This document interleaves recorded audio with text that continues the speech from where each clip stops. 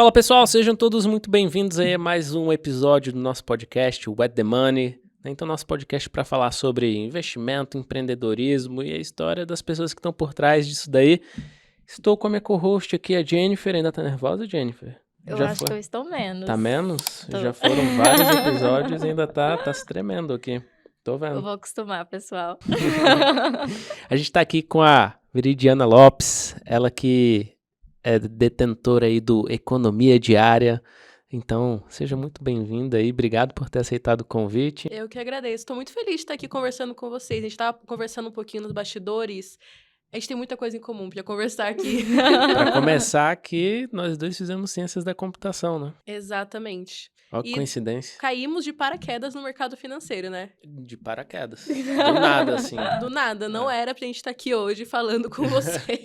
Era pra estar programando, né? Atrás do computador. Exato. Era pra ser... Sabe aqueles nerds no filme que você vê? Que fica no quarto, tudo fechado, programando com a tela verde, as letras verdes? Era a gente. Deveria ser a gente, né? Os planos eram esses, Os planos eram esses, mas cá estamos aqui.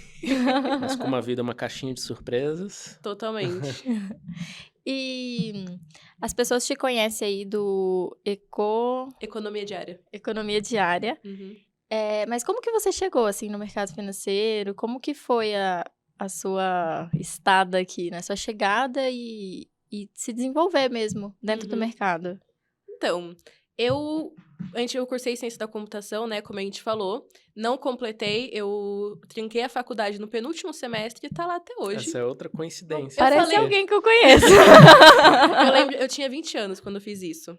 Eu falei para meus pais, não, eu vou trancar agora só um pouquinho, depois eu volto. Tá lá até hoje. Então, meus pais que talvez estejam assistindo isso, sinto muito, mas estou muito melhor agora também.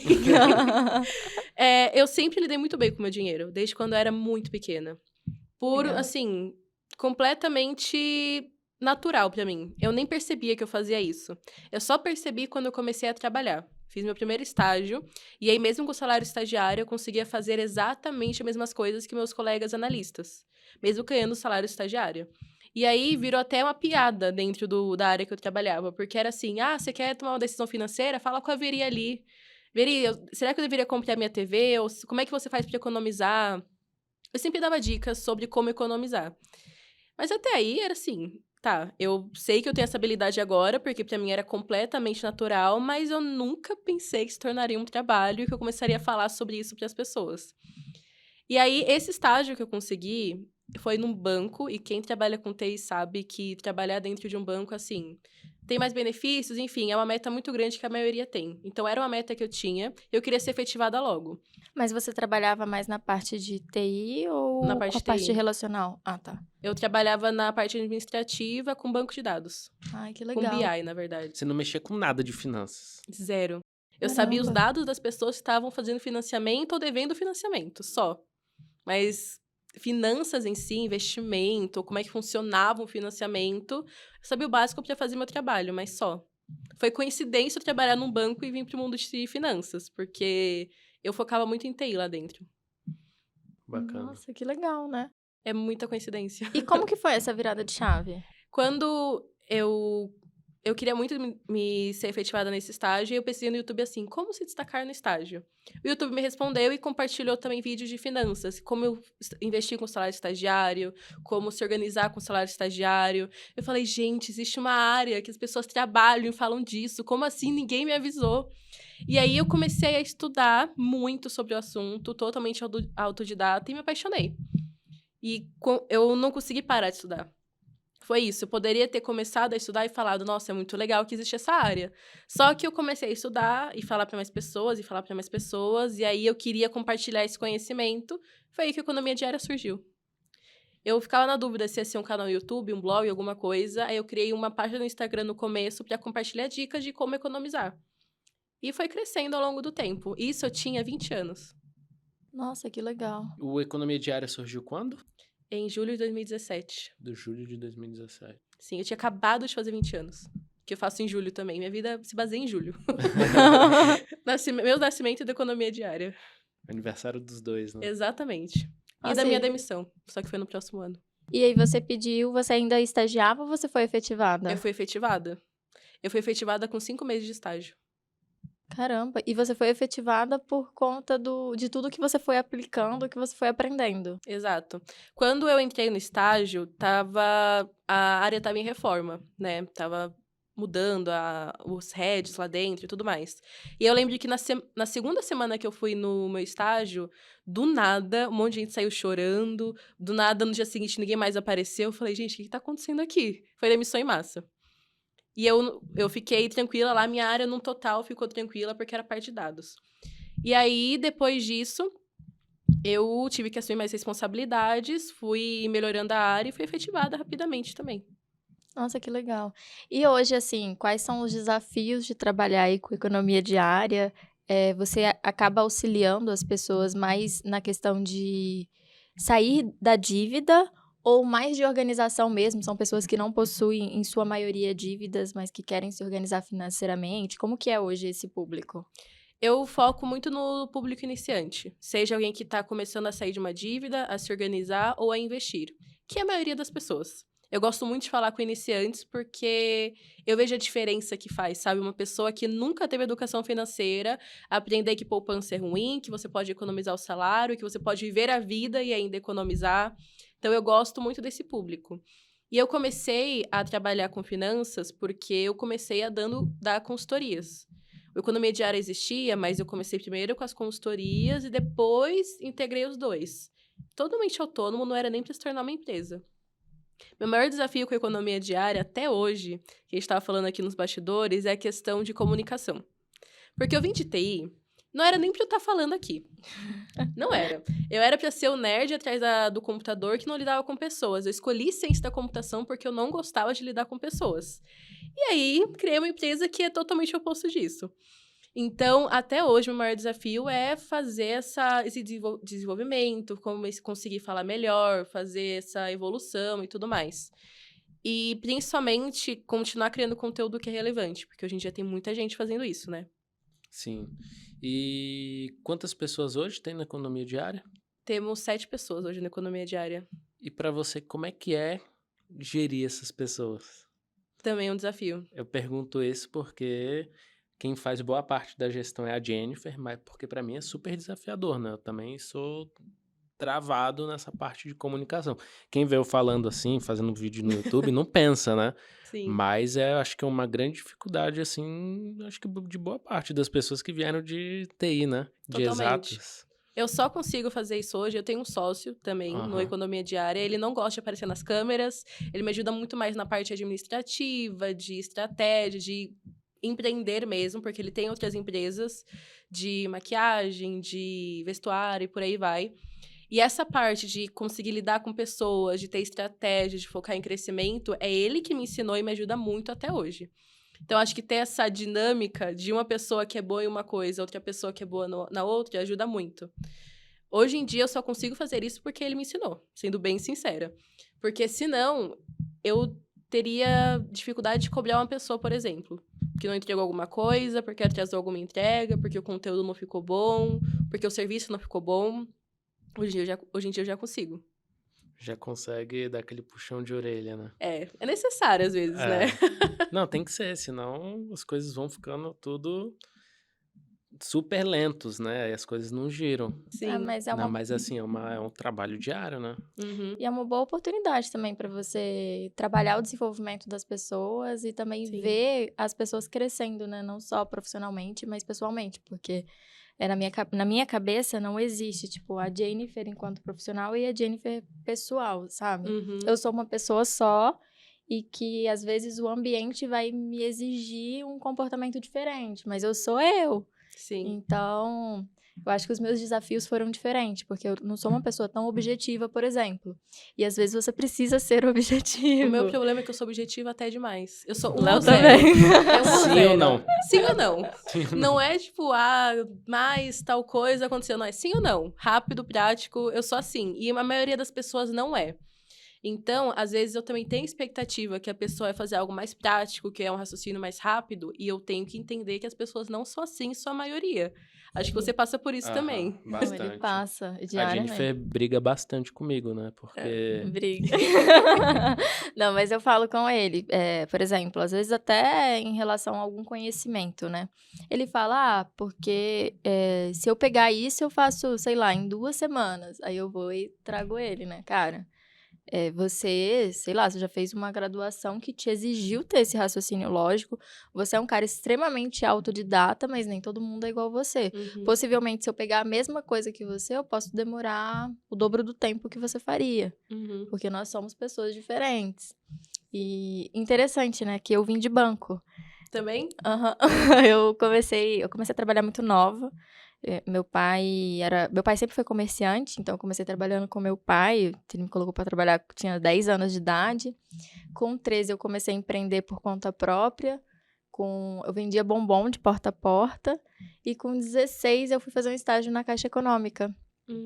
E eu era da parte comercial, relacional total, né? Fui criada no comércio.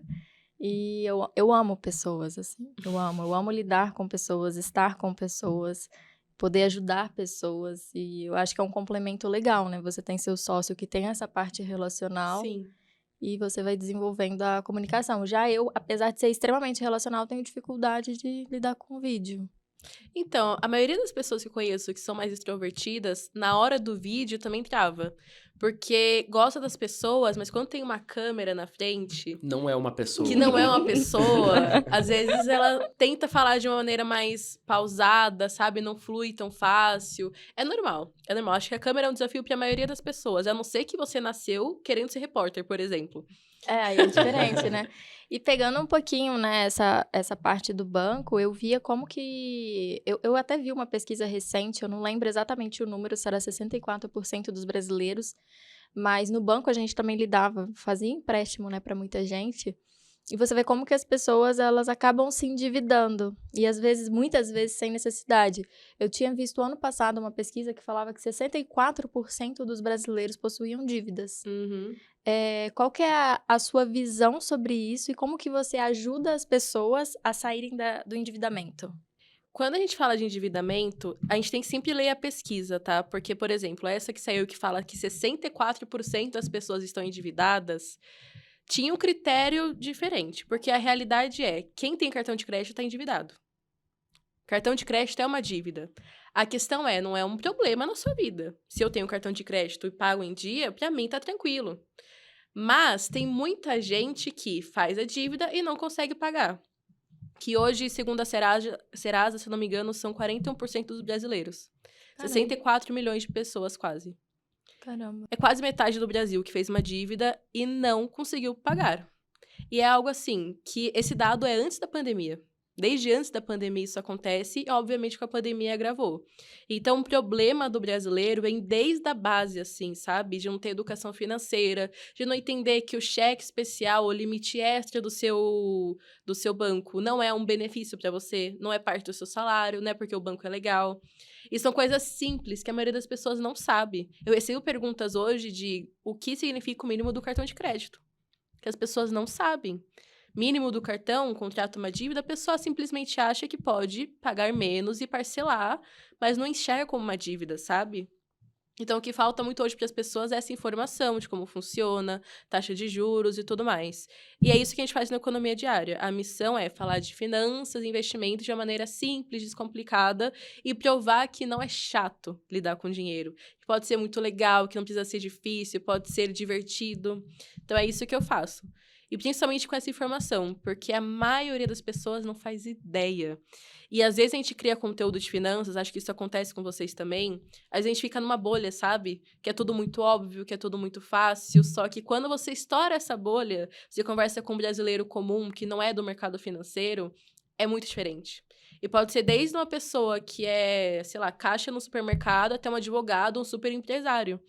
É a mesma base que eles tiveram de falta de educação financeira. Eu já atendi pessoas na consultoria que ganhavam 30 mil e gastavam 40 todo mês. E estava endividado, ganhando 30 mil baita reais. de um salário, né? Exato. E eu já atendi caixa de supermercado, ganhava o salário mínimo e poupava dinheiro. Caramba. Não é o quanto você ganha, e sim o quanto você gasta, né? Que faz a Exato. diferença. Agora, sobre o cartão de crédito, achei interessante, porque eu tenho a máxima que se você tem o dinheiro para pagar na sua próxima fatura, você pode parcelar. Uhum. Mas se não, você nem compra. Mas eu não levava em consideração que, tipo... Eu acho que é tão natural a Sim. utilização Eu do acho que cartão foi, de assim, foi até uma crédito. discussão, eu e a Jennifer, isso, né? Porque o que a gente fazia? Pô, se eu posso parcelar, eu vou parcelar de vez de pagar à vista, porque esse dinheiro pode estar rendendo. Uhum. Beleza, em tese, ok. Só que aí Tese. você começa a parcelar as coisas, aí quando entra o mês seguinte, você já tá ali com a corda no pescoço de tanta coisa parcelada. Você fala, caramba, não posso mais pegar um Uber aqui que já vai dar Sim. já vai dar o limite aqui, né? Sim. Então você se compromete, você começa, Você entra um você mês já acaba não com... enxergando, né? Você Sim. começa ali ficar ali enforcado aos poucos, né? E quando você vê, você vai pegar a fatura, por exemplo, você fala, gente, mas como que eu tô gastando? Tipo, eu não tô saindo, não tô fazendo nada. Aí você vai ver foi o tanto de parcela que tem no cartão de crédito. E como que, às vezes, não é natural pra pessoa física, o quanto as pessoas olham pra isso. Exatamente. E é esse o problema, porque quando a gente fala de finanças pessoais, a maioria das pessoas acha que é exatas. Porque se fosse só exatas, você tá certo. É o custo de oportunidade e é o que eu faço, inclusive, na minha vida financeira. Se eu tenho dinheiro à vista, mas eu posso parcelar e esse dinheiro continuar rendendo, é ótimo matematicamente. Só que nem todo mundo tem o comportamento necessário para fazer isso dar certo. Porque se você parcela agora e não tem dinheiro para pagar no próximo mês, não importa a matemática. É horrível para você. Porque a sua vida fica lá parada por causa do cartão de crédito que tá muito alto e consome o seu salário. E esse é o desafio das finanças pessoais, porque às vezes a pessoa tenta focar só no número e na matemática, parece lindo e maravilhoso, só que na prática, no dia a dia, não é assim. Então, o cartão de crédito depende muito mais de quem usa, porque o cartão sozinho, ele não é um vilão, né? Não. Eu adoro usar cartão de crédito, eu só uso o cartão até para acumular pontos e viajar de graça, que nem eu vou fazer no final do ano. Mas nem todo mundo consegue fazer isso. Então, também tem que ter essa responsabilidade de falar, tá, eu acho que eu não sou uma pessoa boa para lidar com cartão, eu não vou usar. Porque senão entra na estatística da dívida, infelizmente. Total. A gente utiliza bastante também milhas. A gente vai Eu fazer adoro, A eu gente vai adoro. fazer duas 2 viagens, viagens né? com milhas. Com milhas. Quais? A gente vai agora para Bariloche, né? Tirar alguns diazinhos de férias. E a gente já marcou pro próximo ano para ir para Orlando. Ah, eu vou no final desse ano. Ah, é? Eu nunca fui pra Orlando, é o sonho da minha vida e eu vou no final desse ano. Eu também nunca fui. É Léo, Nossa, eu até sensacional. avisei na economia diária. Eu falei, gente, durante 20 dias eu serei uma criança na Disney. Então vocês estejam preparados. Eu tô avisando há muito tempo, viu? Esquece economia diária. Vai ser a Maísa nas finanças lá na Disney. Sempre faço essa piada que as pessoas me comparam muito com ela. Eu não acho que eu sou parecida, é só o cabelo enrolado. Você falou agora. Você falou, eu falei, caramba, E sempre lembra? acontece isso. Eu falo às pessoas, nossa, mas realmente não lembra? Eu não Lembra. acho, mas como estão falando, né? Ai, lembra. O bom é que vocês duas são bonitas, então tá tudo certo. Obrigada. E quais são os seus conselhos, assim, pra pessoa que está endividada, pra ela negociar essa dívida? Existe estratégia pra isso? Existe. O primeiro ponto é que as pessoas não se atentam. Não adianta você tentar quitar uma dívida se você ainda gasta mais do que ganha. Porque a dívida sempre vai voltar. O desafio para a gente fazer uma estratégia de quitar dívida é fazer a pessoa não voltar para o endividamento. Porque trocar a taxa de juros, que é algo muito bom de, por exemplo, você está com uma dívida aqui no cartão de crédito que te cobra 400% ao ano. Troca por um empréstimo pessoal, por exemplo, que te cobra talvez 20% ao ano. Na matemática, de novo, na matemática faz sentido. Se a pessoa não tem certeza que consegue pagar essa nova parcela, o problema vai voltar. Então, antes de sequer pensar em quitar a dívida, tem que ter essa organização financeira. Gastar menos do que ganha para conseguir fazer uma negociação. Tendo isso feito, aí beleza, dá para fazer estratégias. Seja buscar uma menor parcela, trocar a dívida cara por uma dívida barata, parar de pagar e negociar mais para frente, aí tem que ver o caso de cada um. Mas acho que esse é o principal conselho que a maioria das pessoas pula. Quando eu abro caixinha de perguntas no Economia Diária ou crio conteúdo no TikTok, é sempre assim, eu tenho uma dívida, como é que eu quito essa dívida? Beleza, você tem que primeiro gastar menos do que ganha. Mas eu não consigo fazer isso. Então você nunca vai quitar essa dívida. E às vezes, o dolorido que eu faço nas consultorias é a pessoa tem que deixar de pagar agora para negociar mais para frente. E muita gente tem medo de sujar o nome, porque é uma consequência do endividamento que ela tá tendo. Só que no Brasil, nos bancos, né, eles negociam muito mais com as pessoas que deixam de pagar do que quem paga em dia. Total. O que é, pra mim, um absurdo. Até porque a dívida, o seu nome sai do Serasa ali, não sei se é assim ainda, mas era 5 anos. Depois de 5 anos, você Uhum. não tem mais o nome sujo. Você entra, tipo, numa blacklist, né, Sim. que não deveria existir em tese, mas a gente sabe que existe. Mas você ganha ali que o seu nome sai do SPC, né, digamos assim. Sim. Então, o banco negocia bem por isso. Não, passa 180, 360 dias, o banco já considera esse dinheiro perdido, ou boa parte desse dinheiro O perdido. que vier é lucro. O que vier é lucro. Então, quem tá devendo, ele negocia até com menos dinheiro do que ela tava devendo antes. E O que chega é um quanto, absurdo. assim, esse desconto na negociação? Olha, Já viu algum caso? eu vi já um caso real de uma cliente minha de consultoria que tava devendo 20 mil reais em um banco grande aí, não lembro agora qual linha de crédito. E dentro da Serasa, na hora daqueles feirões que eles fazem todo final de ano, tava pra pagar com uns 170 reais. Caramba. Eu já vi desconto, é. assim. É absurdo, é absurdo. Ah. E é ruim, porque tem gente que sabe disso e tenta se beneficiar de um sistema que, né, é ruim. Só que também tem o outro lado. Quem fica devendo tá pra sempre algum tipo de restrição. Porque tem esse histórico, a pessoa sabe, ela não é uma boa pagadora, mesmo que tenha pago depois da dívida. Tem que pensar que, principalmente os grandes bancos e os mais antigos, eles têm um histórico de anos, assim, de quem paga, de quem não paga, e são dados. O sistema, obviamente, você pode até ter um benefício num curto prazo, Uhum. mas depois, se você, por um acaso, precisar de um financiamento, precisar pegar um Exato. crédito, você não vai conseguir. Mas eu também já vi desconto, assim, de 80%, 85% do tamanho da dívida. Caramba, Assim, que é a loucura. última decisão que você toma, mas tem essa opção e muitas vezes tem que ser essa opção mesmo pra pessoa. Porque se ela ganha R$1.000 e gasta 6 mil, que como vários clientes que eu já atendi, a conta não fecha. Tem a renda extra que dá pra complementar? Sim. Fazer 5 mil todos os meses durante 2 anos é desafiador, não é todo mundo que consegue. Então tem os dois lados, assim. Endividamento, é muito mais o comportamento da pessoa. Porque, às vezes, quando a gente fala de dívida, eu falo sempre isso para meus alunos. A gente não tá lidando só com a matemática de trocar o juro ou alguma coisa assim. Tem os traumas da pessoa, tem uma família que tá abalada, tem um casamento que tá abalado, tem ligação de cobrança toda hora no celular dela, tem o medo de contar pros pais, medo de contar pro marido, que o marido não sabe. Então, tem muita coisa por trás disso, sabe? E é uma válvula de escape, às vezes é um vício em Sim. comprar a Pra pessoa. liberar algum tipo de tensão, né? Exato. Ansiedade. Tem alguma gente que coisa tem assim, outras né? válvulas, tipo chocolate. Sim. Total, eu amo chocolate. Se tiver chocolate lá em casa, não dura. E tem pessoas que têm vício em consumo, em Sim. comprar. E diminui completamente a qualidade de vida da pessoa. Porque tem gente que perde o sono, que não consegue trabalhar direito, porque sabe que tá com a dívida rolando. Então, qualquer pessoa que tá endividada, ela não faz isso porque ela acha divertido, que é legal ficar endividada.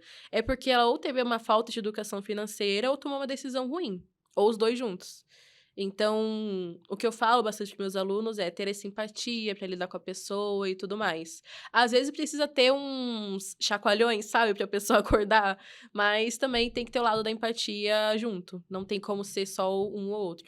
E como que você vai trabalhando o emocional, assim, até... Hoje eu imagino que você não consiga mais dar essas consultorias.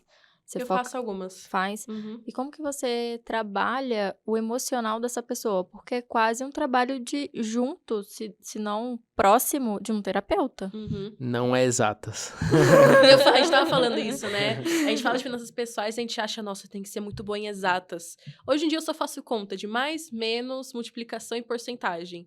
Na faculdade eu fui até o cálculo 4. De limite, derivado, um monte de coisa doida. Eu não uso nada disso, nada disso. Porque é o comportamento da pessoa. Se ela não gasta menos do que ganha, pode ser o melhor investimento do mundo. Não vai fazer sentido pra ela agora. Não vai fazer nenhum sentido pra ela agora. Então, lidar com esse emocional, muitas vezes, é lidar com o merecimento que dá essa pessoa. Tem uma área nas finanças pessoais que se chama de psicologia econômica, que fala só disso, economia comportamental. Tem Nobel de Economia, que foi psicólogos que ganharam, que é o Daniel Kahneman e várias outras pessoas, que lida com isso.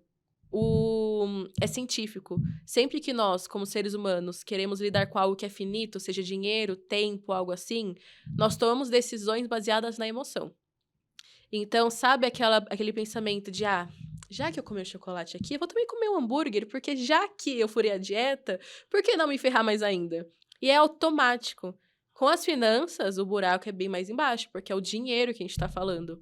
Então, muitas vezes, quebrar esse ciclo do endividamento é fazer ela entender que ela merece uma vida diferente. Porque, às vezes, ela ou não acha que existe vida sem a dívida, ou tem medo de assumir aquilo e lidar com as consequências, ou ela acha que não merece uma vida melhor, ou ela acha que é impossível fazer isso. Então, é sempre lidar com esse senso de merecimento, sabe? Na maioria das vezes. E como é que é a situação da pessoa? Pô, beleza, ela vai ter que gastar menos do que ela ganha. Então, ou ela vai ter que se esforçar para ganhar mais, né? Mas eu acho que é um equilíbrio ali dos dois, né? Mesmo que você se esforce para ganhar mais, você vai ter que diminuir o que Exato, você gasta. exatamente. Mas como é que essa questão psicológica, emocional da pessoa ter que, em tese, diminuir o padrão de vida dela? Sim. Isso só dá certo se a pessoa vê uma data limite. Qualquer sacrifício que a gente faz na nossa vida tem que ter uma data para acabar. Porque se a gente sabe do benefício depois disso, se a gente foca no que nós ganhamos com isso e no que nós perdemos de deixar de tomar essa decisão, aí dá certo. Se você faz uma consultoria, um planejamento financeiro que você fala para a pessoa, você gastar R$1.000 por mês, vai ter que gastar 500 agora e simplesmente joga ela, não vai dar certo. No mês seguinte, ela vai voltar a gastar. Se você explica para ela isso e fala o benefício que ela terá no futuro, seja viajar para Disney, seja ter uma vida melhor para os filhos, Poder fazer o que quiser poder com fazer o que quiser, ter poder de organização, né? escolha, ela consegue manter. Com esse foco no benefício. Ninguém quita a dívida só focando na dívida. Ela quita a dívida para ter uma vida melhor, para dar um benefício para os filhos, para conseguir dormir à noite, para viajar, para comprar casa, para algo muito maior do que isso. Então, essa é a sacada quando a gente lida com uma pessoa assim. São coisas que mexem nos sonhos, né? E desejos Exato. da pessoa. Eu acho que é que nem, tipo, o emagrecimento, né? Tipo, É você não exatamente vai isso. falar, vou perder aqui 5 quilos. Pra quê? Não, só pra ficar mais leve. Não é. Né? Você vai perder peso porque a pessoa tem muita questão da estética, ela tá Sim. se sentindo mal, né? Então envolve muito dessas dores e os desejos que a pessoa tem, né? Sim, eu adoro dar esse exemplo porque aí as pessoas entendem. Por que eu deixaria de comer um hambúrguer hoje, que eu adoro, que é muito gostoso, pra ir na academia ou comer mais saudável, sendo que o benefício, né, do prazer momentâneo não é tão alto? Porque eu sei que eu quero ter um corpo mais legal ou melhorar a minha saúde. É exatamente a mesma coisa para as finanças. Eu tava. Não faz muito tempo eu fiz um curso sobre produtividade. Uhum. Eu não lembro quem era. Não sei se era o Christian Barbosa, eu não vou lembrar o nome dele. E ele fez diversos estudos, ele tem uma equipe que faz muita pesquisa, que o ser humano ele precisa de um benefício momentâneo. Que isso é inerente, assim, a gente. Então, tipo assim, por exemplo, se eu tenho um relatório financeiro para poder fazer, putz, eu acho isso chato. O relatório é para daqui 30 dias. Por que eu vou fazer hoje se é para daqui 30 dias? Uhum. Então, por isso que as pessoas normalmente procrastinam. Eu imagino que seja algo similar ali nas É a mesma finanças. coisa. Para que eu vou fazer isso agora se eu ainda tenho esse tempo todo? Para que eu vou pagar isso agora se vai vencer, sei lá, se eu tenho 10 parcelas para poder pagar, né? Então, você precisa sempre trazer um benefício para você ali o tempo inteiro para você conseguir não procrastinar. Uhum. Por isso estudar a parte comportamental é tão importante. Porque é só assim que as pessoas vão ter a educação financeira. Porque se a gente sabe que isso é do ser humano, tá? Não sou eu que sou imune a isso. É todo mundo. Todos nós somos assim. Se você sabe que isso acontece, você consegue colocar estratégias na sua vida ou hábitos na sua vida que te blindam desse pensamento, desse impulso que você tem. Sim. E na sua visão, o cartão de crédito é um vilão ou não? O vilão não é o cartão de crédito, é quem usa. Às vezes a pessoa, eu sempre falo isso, né? Que cuidar do dinheiro é muito autocuidado. Hoje em dia a gente fala muito de fazer terapia, por exemplo. Lidar bem com o dinheiro tem o mesmo benefício na sua vida, porque todo mundo tem que lidar com o dinheiro. E a consequência da falta dele é absurda. Então, o vilão é sempre quem usa. Às vezes a pessoa não sabe que tem esse gatilho emocional e vai gastando e tudo mais. Ou às vezes, na maioria das vezes que eu percebo, a pessoa quer o alívio momentâneo agora e não tá nem aí pro futuro dela. Ela não se preocupa com a versão da Veridiana do futuro, por exemplo. Que é a mesma pessoa, só que ela não se preocupa. E isso é totalmente psicologia econômica. Porque às vezes a gente acha, nossa, daqui 5 anos, daqui 1 ano... Tá muito tempo, né? Depois eu lido com isso. Tem o... Eu não sei se é no livro... Um desses 2 livros que eu li esse ano, que foi A Única Coisa, Começa pelo Porquê. Tá num desses 2 livros, que eu acabo lendo um monte de livro assim na sequência, aí eu já esqueço o que tá em cada livro, né? Mas ele fala muito dessa distorção do benefício do tempo. Que as pessoas preferem, por exemplo, ganhar 100 mil reais hoje do que 1 milhão de reais daqui a 2 anos. Então, se você oferecesse 100 mil reais hoje na sua conta ou 1 milhão de reais daqui a 2 anos, as pessoas iriam optar pelos 100 mil reais. Sim, é totalmente causa- psicologia econômica. Porque a gente fala econômica, mas o econômico é recursos finitos. O tempo é um recurso finito, dinheiro é um recurso finito.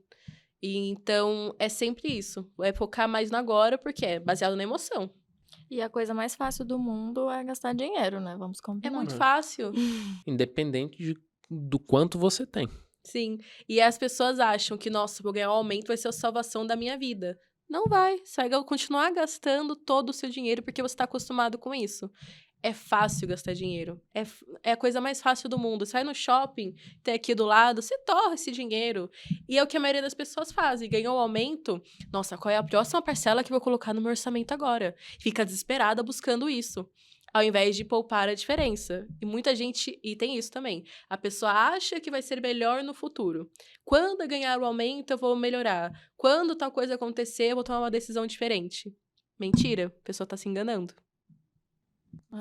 Foi até uma discussão com um colega falando isso, assim, ele falou, se eu ganhasse 30 milhões de reais, ele falou, cara, não tem como gastar esse dinheiro. Eu falei, tem. Tem. Você compra um apartamento em São Paulo de 40, você paga os 30 e ainda fica devendo 10, entendeu? Então, assim, coisa mais fácil que tem é você gastar. Demora um pouco mais, com 30 milhões, né? Dependendo. A pessoa compra Depende. 2 casas aí, 5 milhões cada, sai pra viajar, aposenta fulano, dá presente pra ciclano, e quando viu, nossa, cadê o dinheiro que tava aqui? Mas na minha cidade, foi trazendo um contexto, né? Teve aquela de Brumadinho, Mariana. Passou por Rio Doce e passa pela minha cidade. E foi assim, a gente tinha outro rio, então não dá para saber de fato quantas pessoas de fato foram afetadas. Mas a Samarco saiu distribuindo indenização. E tem muita gente, assim, que nem, enfim, não tinha por que estar pegando aquela indenização e mesmo assim pegou. Mas, assim, as pessoas ganharam dinheiro, O mínimo ali talvez foram 70 mil reais. Teve gente que conseguiu gastar. Eu vi uma notícia, na verdade, que saiu até num negócio de Natal. Nada a ver, né? Mas, tipo assim, isso rodou no Brasil inteiro que o cara conseguiu gastar, eu acho que 70 mil reais em 2 semanas ou um mês. Exato. Por isso que tem tanto ganhador de reality, ganhador da loteria, que depois volta a ficar quebrado. Jogador, gente. Eu conheço pessoas que são especialistas em consultoria para jogadores. A pessoa começa a trabalhar, ganha muito dinheiro, não se preocupa em poupar, enfim, fazer patrimônio. A fama acaba, ou o tempo útil da pessoa acaba, né? Porque a pessoa não consegue jogar o resto da vida. E o dinheiro acaba, e ela tá acostumada com o padrão de vida lá em cima. A não ser que você seja um Neymar da vida, que tem muito dinheiro e construiu muito patrimônio, com a maioria das pessoas acontece isso. Com artista, eu já atendi artista, que é assim, Caramba. que tem uma vida de aparências e depois gasta muito dinheiro. Médicos são assim também. porque ganha muito por plantão, e aí acha, nossa, um plantão eu ganho R$2.000 aqui, então eu posso fazer essa parcela de R$2.000. Eu já ouvi falar que o endividamento de médico é bem muito. alto, bem bizarro. E principalmente porque médico tem menos tempo do que a maioria das pessoas. Porque é plantão, sei lá quantos plantões, 48 horas de plantão e fica lá trabalhando. Tem menos tempo, é mais escasso o tempo dele. Então, juntar isso com a falta de educação financeira é uma loucura, é uma loucura. E a pessoa no tempo livre, ela vai... Dormir. Ela não vai querer parar pra, tipo, fazer conta de Ela nem vai finanças. pensar nisso. É. Ela vai ficar Ela vendo vai Netflix. querer aproveitar a vida dela, né? Exato. E nós tivemos aí tempos, né, da inflação subindo aí no mundo inteiro. E agora, recentemente, nós tivemos uma deflação. Mas, independente disso, nós tivemos aumentos significativos nos preços das coisas. E como que você aconselha as pessoas a lidar com isso, assim? Porque a impressão que eu tenho é que toda vez que eu vou no mercado, subiu alguma coisa, o preço de alguma coisa. E existe estratégia para lidar com essas movimentações econômicas também, que acaba que a gente não tem controle, né? Sim. O que tá rolando agora é que a inflação tá alta no mundo inteiro. Tem gente que acha que é só no Brasil, porque sei lá, porque eles acham isso, não é.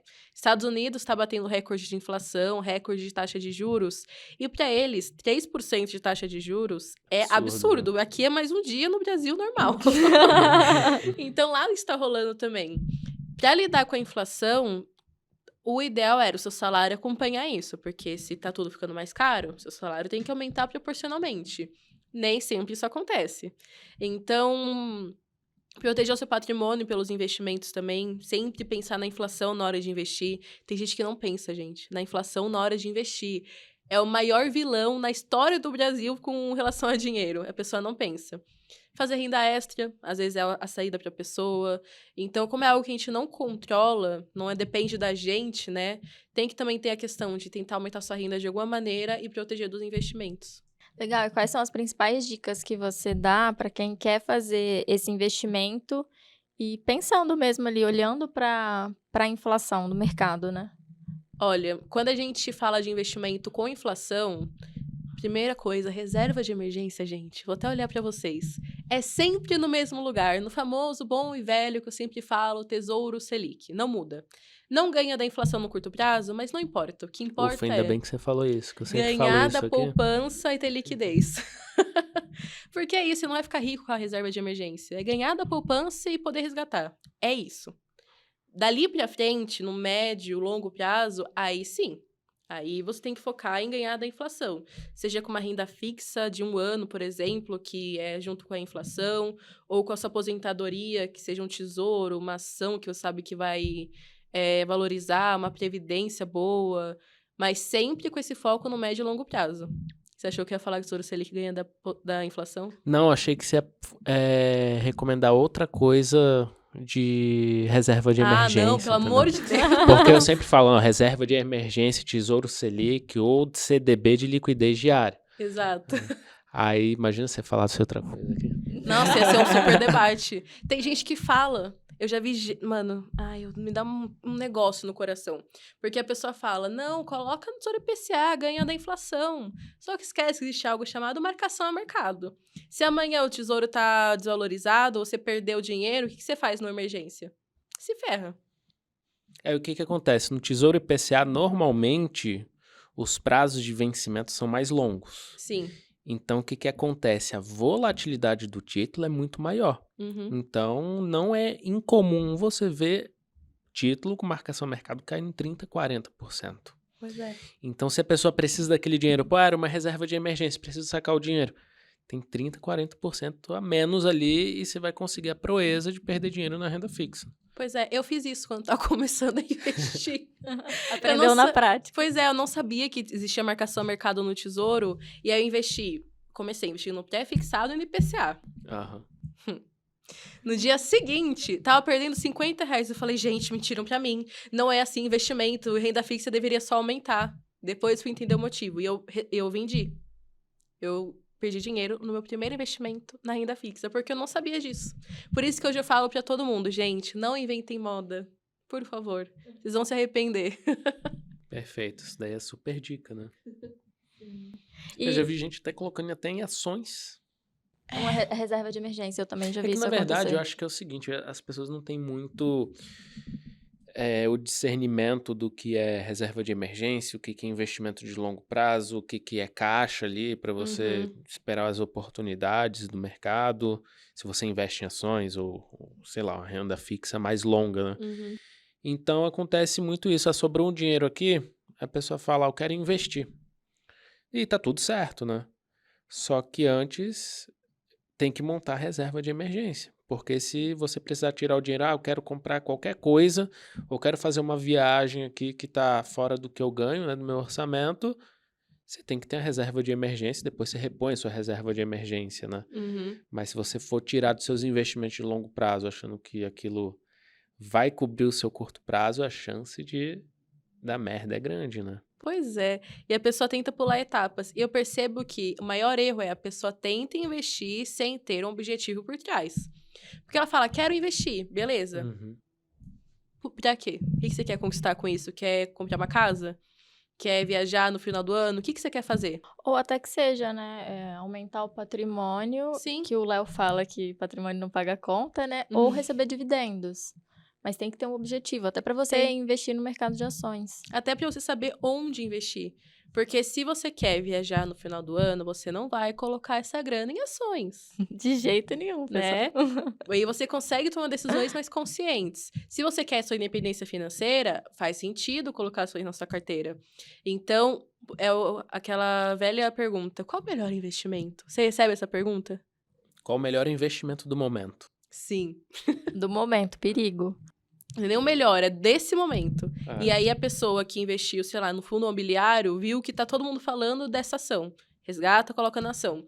Ah, não é mais essa ação, agora é criptomoeda. Resgata e coloca na criptomoeda. Nunca ganha dinheiro. depois tudo que ele vendeu voltou a subir, né? Exato. E é sempre assim. O investidor é um eterno arrependido.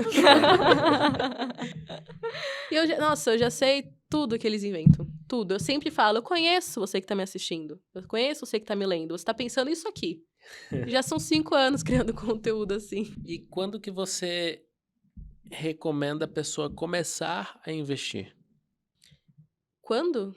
Eu digo assim no sentido de A pessoa tá pensando mais no longo endividada, né? prazo. Qual o processo que a pessoa passa normalmente? Vamos dizer que a pessoa está endividada.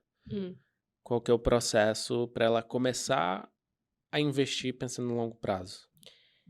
Olha, é que depende muito de caso a caso. Porque às vezes a mesma pessoa endividada. Tem um endividado que tem, sei lá, o financiamento da casa. Tá endividado, mas consegue Tá. poupar. E aí, obviamente, vale a pena investir no longo prazo, na reserva e tudo Perfeito. mais.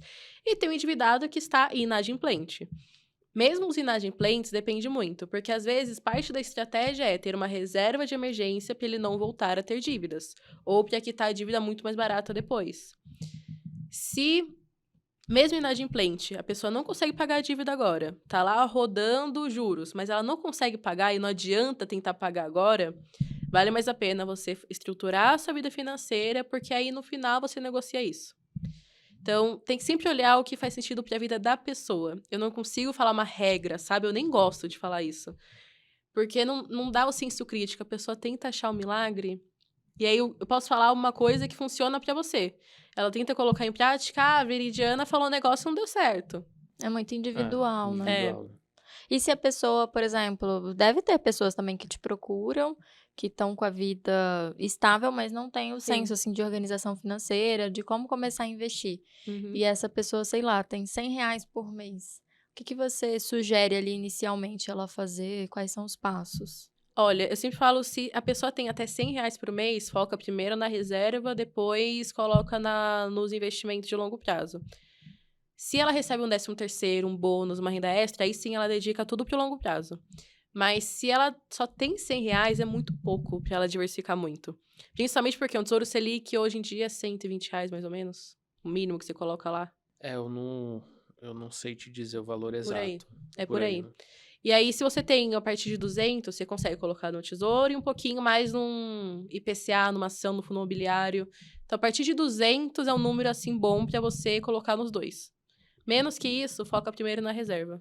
Que aí não tem muita opção, né, nos investimentos. Você até pode colocar, sei lá, um CDB que você começa com R$1. Coloca 70 lá e 30 no outro. Mas vai demorar mais, sabe? Não vale tanto a pena. Entendi. E qual que é o maior erro, assim, que você cometeu na sua carreira que fez você melhorar suas estratégias? De finanças ou empreendendo? Ah, pode Acho que os falar dos dois. dois. Os dois? Olha, empreendendo, eu errei tanto, gente. Eu comecei muito nova. Eu criei o Economia Diária, eu tinha acabado de fazer 20 anos, pedi demissão, tinha acabado de fazer 21. E aí eu comecei autônoma, depois eu comecei a construir uma empresa. Então, eu errei muito no meu primeiro atendimento com o cliente, que eu não consegui falar um oi pra pessoa. Só isso, na verdade, depois não consegui falar mais Conta aí nada. como é que foi esse caso. Eu conto muito isso para meus alunos. Na minha primeira consultoria financeira, gente, pode não parecer, mas eu sou o típico nerd que fica atrás do computador e não lembra nem como falar com pessoas. E aí, nessa reunião que eu marquei no shopping, eu lembro. Meu sócio, que na época não era meu sócio, foi comigo para me ajudar a fazer a consultoria. Veio da Economia Diária essa pessoa, não avisei que ele ia. E aí, do nada, chega eu, ele e a minha possível cliente. Ela não conhecia o Lucas, que é o nome do meu sócio, não sabia nem quem ele era, queria a reunião com a Veridiana da Economia Diária. Eu só consegui falar oi, travei completamente e depois falei tchau depois de umas 2 horas. Ela teve que ter uma reunião com uma pessoa completamente desconhecida, viu que a pessoa da internet não estava preparada para atender ela e, obviamente, não fechou. E foi um negócio que eu falei assim, gente, eu tô inventando moda, não era pra mim isso aqui, não. Não tem que ficar na consultoria, não, melhor só ficar programando e tudo mais. Só que eu queria muito o mercado financeiro. Daí eu fui com uns ataques assim, né, o coração palpitando, respirando fundo, mas eu fui evoluindo. Então, minha maior dificuldade sempre foi a comunicação. De erros no empreendedorismo, eu acho que eu demorei muito para focar em construir uma empresa e conseguir delegar. Porque foi o que a gente estava comentando. Ah, eu consigo fazer isso aqui em 2 minutos. A pessoa demoraria 2 dias. Sim, mas aí se você não foca em fazer sua empresa crescer e ficar só fazendo planilha, por exemplo, que é o que eu adoro fazer, não dá certo. Então, para mim, delegar, eu demorei muito para conseguir fazer isso. Muito. E era assim, delegar e perguntando pra pessoa, ó, você tá fazendo isso? Ó, isso aqui tá certo? E ficar lá em cima da pessoa. A Jennifer tá só me olhando aqui de canto de olho. Eu tô percebendo. Tava percebendo também. Eu reparei que no começo você falou isso, eu me identifico 100%. 100%. E você criou o processo, você conseguiu criar processo de tudo? Ou ainda não? Olha, na maioria, a parte que eu não consegui largar 100% ainda é a questão do conteúdo. Porque não é largar, né? Falo largar é delegar pra uma pessoa fazer a maior parte. Eu não consigo. Não dá. E precisa ser sua cara, né? Tem que ser a minha cara, eu corrijo cada palavra que a pessoa faz, às vezes, quando fica muito formal. Ou pensar no conteúdo, ou pensar na forma de falar. Isso eu não consigo delegar ainda. Eu comecei a criar um processo agora, que tá começando a fluir muito bem, mas assim, com o coração na mão. Porque é a parte, assim, é o coração da minha empresa. As redes sociais, criar conteúdo para parceiros, para as pessoas que me assistem. O que eu faço é, que tá uma dica legal para vocês que criam conteúdo. Eu gravo muito pro YouTube. Muito. Eu faço um dia de gravação, eu faço os roteiros, crio bastante conteúdo. Esse conteúdo que é mais longo, é mais denso, minha equipe consegue olhar, ou extrair algum vídeo, ou aproveitar o conteúdo para fazer um post, ou reaproveitar para falar de uma maneira diferente. E aí começa a fluir melhor, porque eu criei o conteúdo lá atrás. Então aí é só transformar o formato.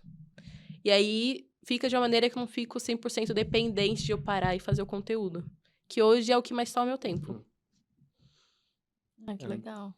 É a batalha diária, né? Sim, assim, Conseguir equilibrar todos os pratinhos. muito. eu acho extremamente desafiador, assim, você cuidar de conteúdo, né? Essa parte do conteúdo, você conseguir fazer uma coisa. Porque não é só gravar. É você... Tem gente que acha, né? você... Só fazer um story, fazer um feed bonitinho. Não. Aí tem gente que fala assim, não, só vende curso.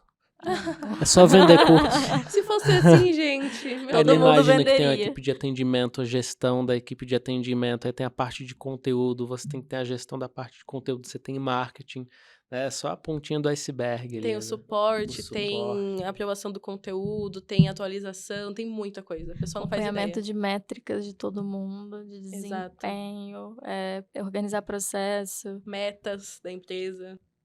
O buraco é bem mais embaixo, né? Ah, E quais são os maiores erros e os mais comuns que você vê por aí?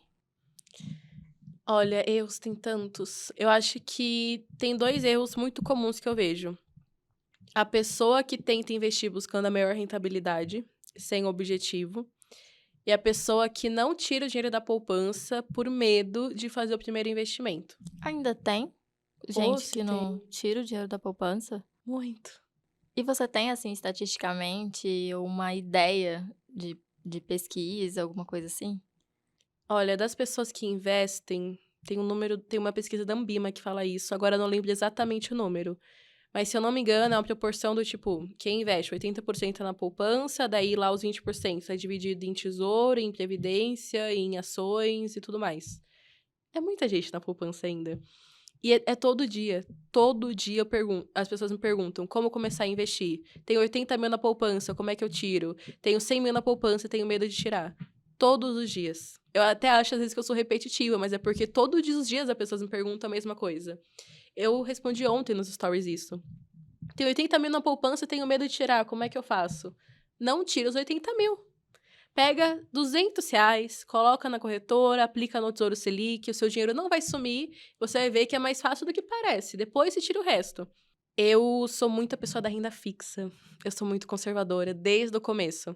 Eu demorei muito tempo para começar a me interessar pela renda variável. Então, eu ficava lá no Tesouro, no CDBs, uma LCI aqui, uma LCA ali. E depois de um tempo que eu fui fazer meu primeiro investimento em ação, em cripto, em fundo imobiliário, e eu perdi muitas oportunidades porque eu demorei muito de começar. Você começou quanto tempo depois do... Eu acho que eu comecei, foi bem antes da pandemia, tipo 2020, assim, ações de verdade, a entender e investir de verdade o meu dinheiro. Aí caiu tudo, ainda bem que eu já tinha estudado e aproveitei para comprar mais. Hoje em dia eu sou mais tranquila com isso.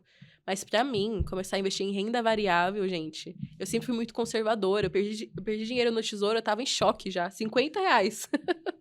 Então, para mim, foi o principal, assim. E você investiu em ações, como é que foi sua primeira sensação de passar por um ciclo de baixa? E pior que foi bem quando eu comecei, né?